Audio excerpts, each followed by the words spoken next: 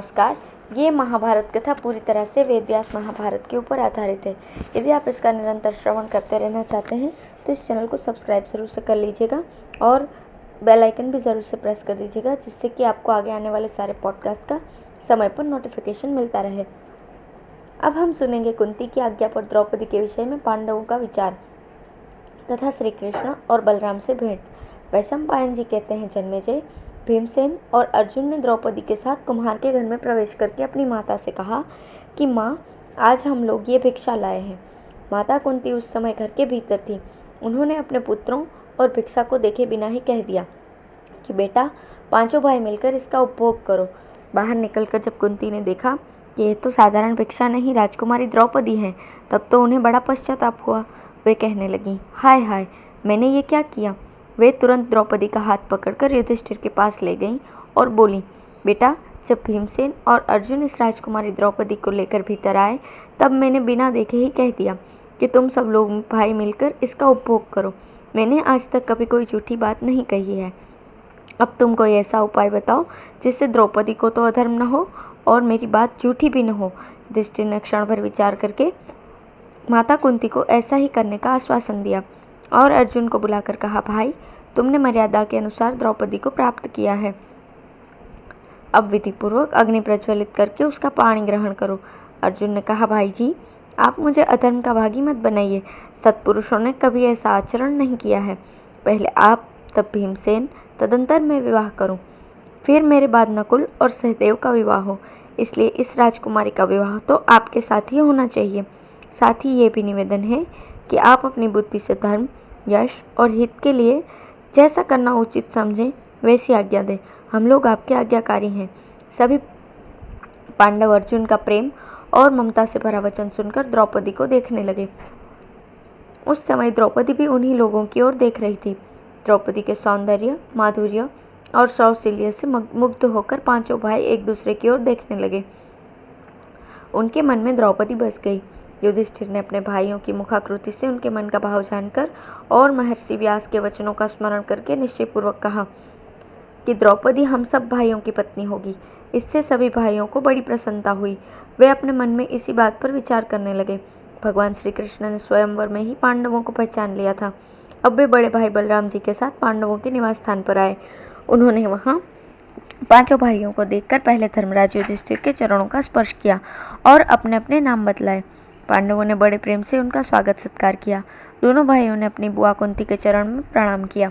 युधिष्ठिर ने भगवान श्री कृष्ण से कुशल प्रश्न के अनंतर पूछा कि भगवान, हम लोग तो यहाँ छिप कर रह रहे हैं, आपने हमें कैसे पहचान लिया। भगवान श्री कृष्ण ने हंसते हुए कहा, महाराज, क्या लोग छिपी हुई आग को नहीं ढूंढ लेते। आज भीमसेन और अर्जुन ने जिस पराक्रम का परिचय दिया है, वो पांडवों के अतिरिक्त और किसमें संभव है। यह बड़े सौभाग्य और आनंद की बात है कि दुर्योधन और उसके मंत्री पुरोचन की अभिलाषा पूरी न हुई। आप लोग अक्षा भवन की आग से बच निकले। आपके संकल्प पूर्ण हो, आपका निश्चय सार्थक हो। अब हम लोग यहाँ अधिक देर तक रहेंगे तो लोगों को पता चल जाएगा, इसलिए हम लोगों को अपने डेरे पर जाने की अनुमति दीजिए। युधिष्ठिर की अनुमति से भगवान श्री कृष्ण और बलदेव उसी समय लौट गए। जिस समय भीमसेन और अर्जुन द्रौपदी को साथ लेकर कुम्हार के घर जा रहे थे, उस समय राजकुमार दृष्टिद्युम्न छुपकर उनके पीछे पीछे चलने लगा था। उसने सब और अपने कर्मचारियों को नियुक्त कर दिया और स्वयं सजग होकर पांडवों के पास ही बैठा रहा। वह पांडवों के सब काम बड़ी सावधानी से देख रहा था। चारों भाइयों ने भिक्षा लाकर अपने बड़े भाई युधिष्ठिर के सामने रख दी। कुंती ने द्रौपदी से कहा, कल्याणी, पहले तुम इस भिक्षा में से देवताओं का अंश निकालो, ब्राह्मणों को भिक्षा दो, आश्रितों को बांटो। बचे हुए अन्न का आधा भीमसेन को दे दो, आधे में 6 हिस्से करके हम लोग खा लेंगे। साध्वी द्रौपदी ने अपनी सास की आज्ञा में किसी प्रकार की शंका किए बिना प्रसन्नता से उसका पालन किया। भोजन के पश्चात सबके लिए कुशासन बिछाया। सबने अपने अपने मृगचर्म बिछाए और धरती पर ही पड़ रहे। पांडवों ने अपना सिराहना दक्षिण में किया। सिर की ओर माता कुंती और पैरों की ओर राजकुमारी द्रौपदी सोईं। सोते समय वे लोग आपस में रथ, हाथी, तलवार, गदा आदि की ऐसी विचित्र विचित्र बातें कर रहे थे मानो कोई सेनाधिकारी हों। अब है दृष्टिद्युम्न और द्रुपद की बातचीत, पांडवों की परीक्षा और परिचय। वैशंपायन जी कहते हैं, जन्मेजय, दृष्टिद्युम्न पांडवों के इतना निकट बैठा हुआ था कि वो उनकी बातें तो सुन ही रहा था, द्रौपदी को देख भी रहा था। उसके कर्मचारी भी उसके साथ ही थे। वहाँ की सब बात देख सुनकर वो अपने पिता द्रुपद के पास पहुँचा। द्रुपद उस समय कुछ चिंतित से हो रहे थे। उन्होंने अपने पुत्र धृष्टद्युम्न को देखकर पूछा, बेटा, द्रौपदी कहाँ गई? उसे ले जाने वाला कौन है? मेरी कन्या किसी श्रेष्ठ क्षत्रिय अथवा ब्राह्मण के हाथ में ही पड़ी है ना? कहीं किसी वैश्य या शूद्र को तो नहीं मिल गई?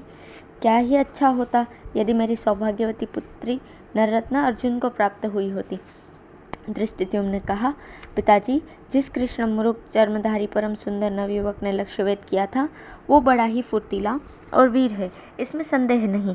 जिस समय वो बहन द्रौपदी को साथ लेकर ब्राह्मणों और राजाओं के बीच में से निकला, उस समय उसके मुख पर किसी प्रकार का संकोच का भाव नहीं था। उसकी टिठाई देखकर राजा लोग क्रोध से जलभुन उठे और उन पर आक्रमण कर बैठे। उसके साथी पुरुष ने देखते ही देखते एक विशाल वृक्ष उखाड़ लिया और उसने राजाओं का संहार प्रारंभ कर दिया। कोई राजा उनका बाल तक बांका नहीं कर सका।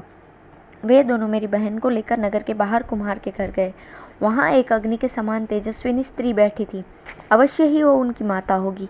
उसके पास और भी 3 परम सुंदर युवक बैठे हुए थे। उन्होंने अपनी माता के चरणों में प्रणाम करके द्रौपदी को प्रणाम करने की आज्ञा दी और अपनी माता के पास उसे रखकर सब भाई भिक्षा मांगने चले गए। भिक्षा लेकर लौटने पर द्रौपदी ने माता की आज्ञा अनुसार देवता ब्राह्मण आदि को दिया, उन लोगों को परोसा और स्वयं खाया। द्रौपदी उनके पैरों की ओर सोई। सभी लोग कुरुष और मृगचर्म बिछाकर धरती पर सो रहे थे। सोते समय वे लोग आपस में जो बातचीत कर रहे थे वो ब्राह्मणों, वैश्यों या शूद्रों जैसी नहीं थी। वो सीधे युद्ध से संबंध रखती थी और वैसी बातें कुलीन क्षत्रिय ही किया करते हैं। मुझे तो ऐसा मालूम होता है कि हमारी आशा पूर्ण हुई है और अग्निदाह से बचे पांडवों ने ही मेरी बहन को प्राप्त किया है। धृष्टद्युम्न की बात से राजा द्रुपद को बड़ी प्रसन्नता हुई। उन्होंने तुरंत उनका परिचय प्राप्त करने के लिए अपने पुरोहित को भेजा। पुरोहित ने पांडवों के पास जाकर कहा कि आप लोग चिरंजीवी हों। पांचाल राज महात्मा द्रुपद ने आशीर्वाद पूर्वक आप लोगों का परिचय जानना चाहा है। वीर युवकों, महाराज द्रुपद के मन में ये चिरकालीन अभिलाषा थी कि विशाल बाहु नररत्न अर्जुन ही मेरी पुत्री का पाणी ग्रहण करे। उन्होंने मेरे द्वारा यह संदेश भेजा है कि यदि भगवत कृपा से मेरी लालसा पूर्ण हुई हो तो बड़े आनंद की बात है। इस संबंध से मेरा यश, पुण्य और हित होगा। युधिष्ठिर की आज्ञा से भीमसेन ने पुरोहित जी का आदर सत्कार किया। वे आनंद से बैठ गए और पूजा स्वीकार की। युधिष्ठिर ने कहा, भगवान, राजा द्रुपद ने स्वयंवर करके अपनी पुत्री का विवाह करने का निश्चय किया था। यह क्षत्रिय धर्म के अनुकूल ही था। स्वयंवर करने का उद्देश्य किसी व्यक्ति के साथ विवाह करना तो नहीं होता। इस वीर ने उनके नियमों का पालन करते हुए भरी सभा में उनकी पुत्री को प्राप्त किया है। अब राजा द्रुपद को पछताने की कोई आवश्यकता नहीं है। इसके द्वारा उनकी चिरकालीन अभिलाषा भी तो पूर्ण हो सकती है। जिस समय धर्मराज युधिष्ठिर इस प्रकार कह रहे थे, उसी समय राजा द्रुपद के दरबार से दूसरा मनुष्य वहां आया। उसने धर्मराज युधिष्ठिर से कहा कि महाराज द्रुपद ने आप लोगों को भोजन के लिए रसोई तैयार करा ली है। आप लोग नित्य कर्म से निवृत्त होकर राजकुमारी कृष्णा के साथ वहां चलिए। सुंदर घोड़ों से जुते रथ आप लोगों के लिए खड़े हैं। धर्मराज युधिष्ठिर ने माता कुंती और द्रौपदी को एक रथ में बिठाया और पांचों भाई 5 विशाल रथों में बैठकर राजभवन के लिए रवाना हुए। राजा द्रुपद ने पांडवों की प्रवृत्ति की परीक्षा लेने के लिए राजमहल को अनेक वस्तुओं से सजा दिया था। फल, फूल, आसन, गाय, रस्सियां, बीज और कृषकोपयोगी वस्तुएं एक ओर सजाई गई थी। दूसरी कक्षा में शिल्पकला के काम में आने वाले औजार रखे गए थे।